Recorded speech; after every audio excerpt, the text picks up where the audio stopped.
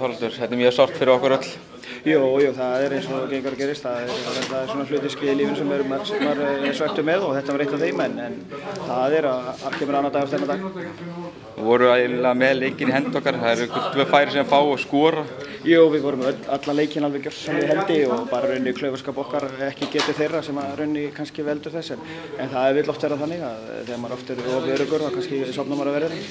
Framhjálpar okkar, náttúrulega bara æfing á morgun vantarlega og svo næsti leikur. Hvort sem við munnið á í dag eða ekki, þá er það sama á morgun, það er bara að byrja upp á nýtt og hvort sem við verðum í efsta sæti eða ekki náði að við erum með leik aftur á mánudag og það þýðir ekkert að byrja því við þurfum að mæta hann hvernig sem veðrið er.